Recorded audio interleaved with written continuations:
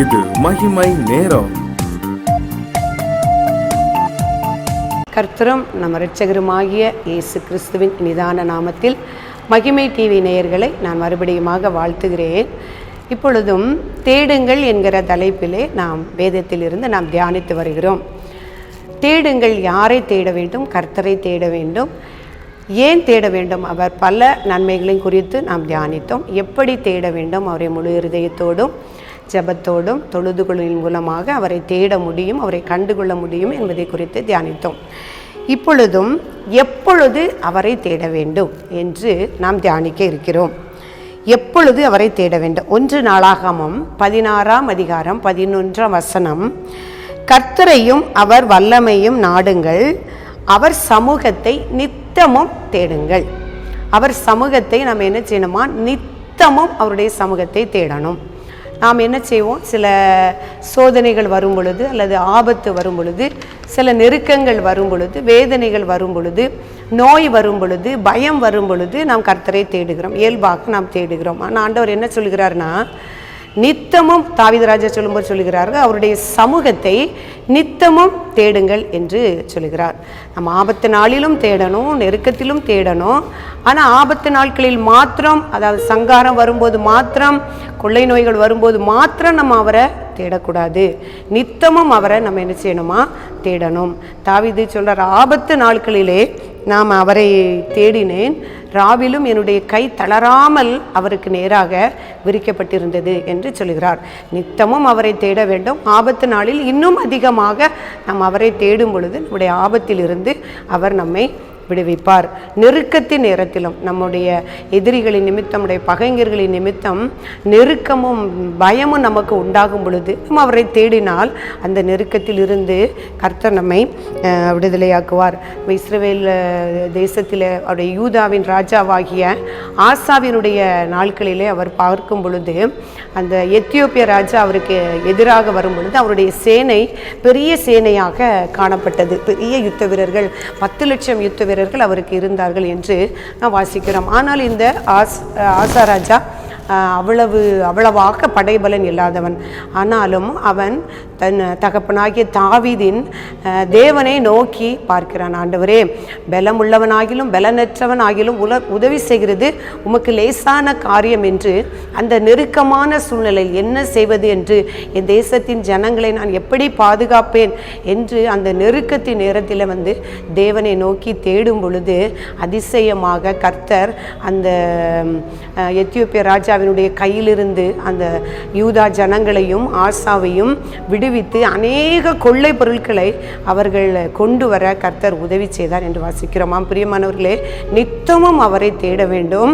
அப்படி தேடுகிறவர்களாய், கர்த்தரை தேடுகிறவர்களாய் காணப்பட்டு ஆபத்து நாளிலும் நெருக்கத்திலும் நம்ம அவரை நோக்கி கூப்பிடும் பொழுது அவர் நம்முடைய ஆபத்திலிருந்து, நெருக்கத்திலிருந்து நம்மை விடுதலாக்கிடுவார். அது அல்லாமல் அந்த ஆபத்து நாளில் மாத்திரம், சங்காரம் வரும் பொழுது மாத்திரம் நாம் அவரை தேடுவோமானால், எசேக்கியேல் தீர்க்கதரிசியின் புஸ்தகத்திலே நாம் பார்க்கும் பொழுது, சங்காரம் வருகிறது, அப்பொழுது சமாதானத்தை தேடுவார்கள், ஆனாலும் அது கிடைக்காது. அப்போ நம்ம சங்காரம் வரும் பொழுது, ஆபத்து வரும்போது, ஒரு கொள்ளை நோய் வரும் பொழுது, ஒரு தீமை வரும் பொழுது, ஒரு பஞ்சம் வரும் பொழுது, ஒரு எதிரிகள் நம்மளை சூழ்ந்து வரும் பொழுது மாத்திரம் நாம் அவரை தேடினால் என்ன செய்யாது? நமக்கு சகாயம் கிடைக்காது.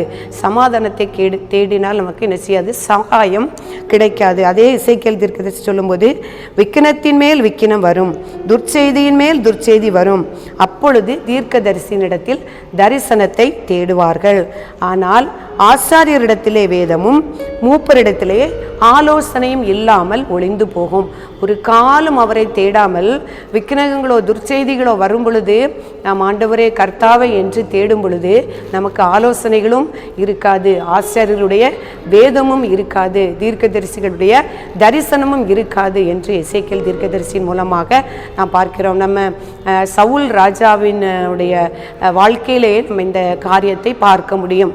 அந்த சவுல் ராஜா அந்த தேவனை தேடாதபடிக்கு அந்த சாமுவேல் மறைந்த பிறகு அஞ்சனம் பார்க்கிறவர்களை தேடி போனான். அப்பொழுது அவருக்கு எந்த ஒரு பதிலும் கிடைக்கப்படவில்லை. எதிரிகள் வரும் பொழுது ஒரு அஞ்சனை பார்க்கிற ஸ்திரீனிடத்தில் போய் தாவீதை எழுப்பி தாவீதினிடத்தில் அவன் தரிசனத்தை எதிர்பார்க்கிறான். ஆனால் என்ன செய்யல, அவனுக்கு தரிசனம் கிடைக்கவில்லை.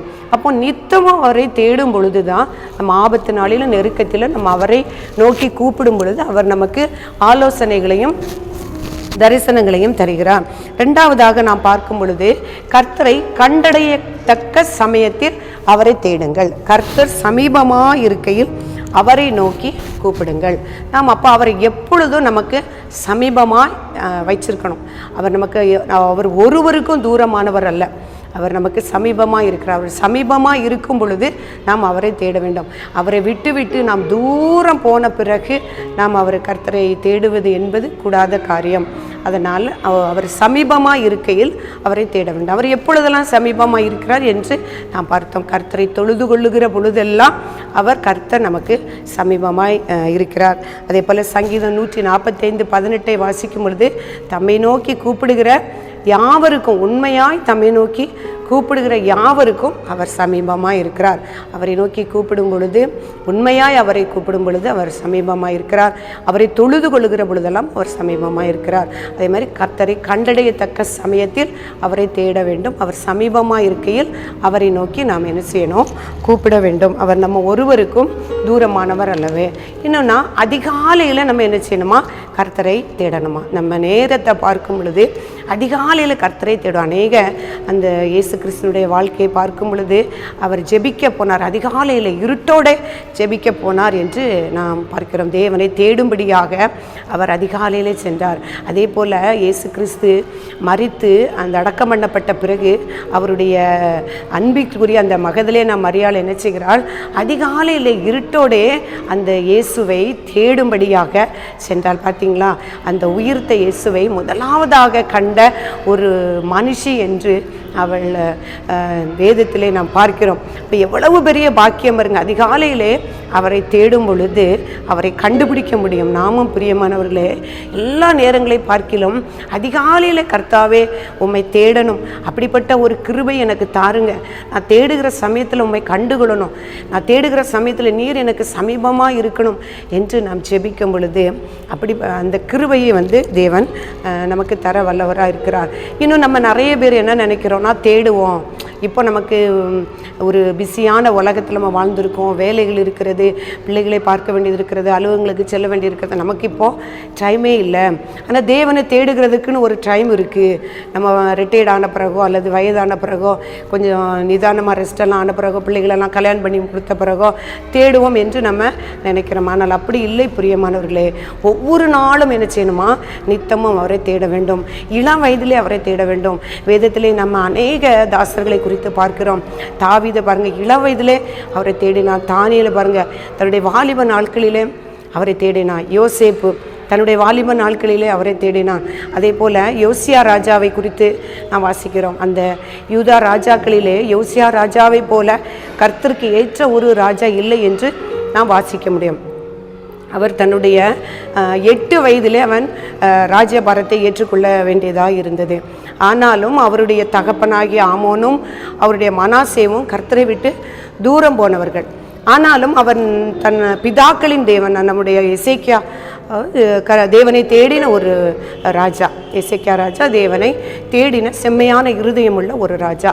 தன் தேவனை தேடும்படியாக தன் இருதயத்தை நேராக்கி அந்த யோசியா ராஜா எல்லா விக்கிரகங்களையும், எல்லா விக்கிரக தோப்புகளையும், பீடங்களையும் உடைத்து எல்லா மனுஷர்களையும் தேவனை தேடும்படியாக அவன் தூண்டினான். தன்னுடைய ராஜ்யத்தின் 8ஆம் வருஷத்திலே அப்படி பார்த்தால் அவருக்கு ஒரு 16 வயது இருக்கும். தன்னுடைய இள வயதிலேயே தேவனை தேடும்படி தேசத்தின் ஜனங்களை தேவனுக்கு நேராக திருப்பும்படியான காரியங்கள் எல்லாவற்றையும் அவன் செய்தான் என்று நாம் பார்க்கிறோம்.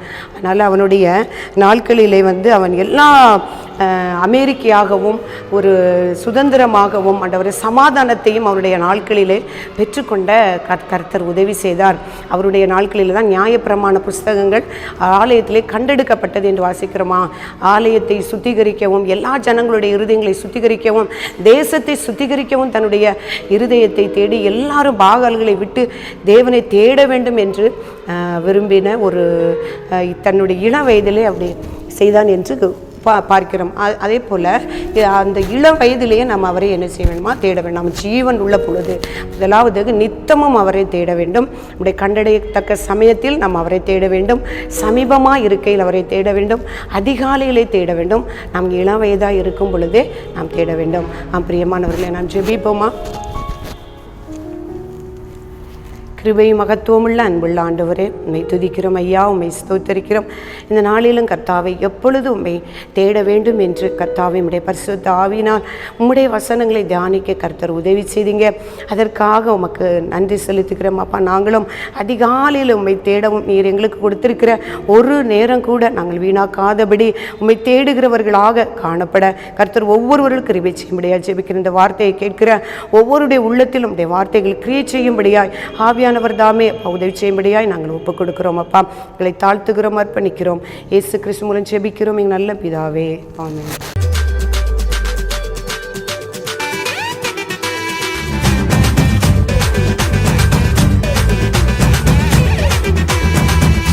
மகிமை மகிமை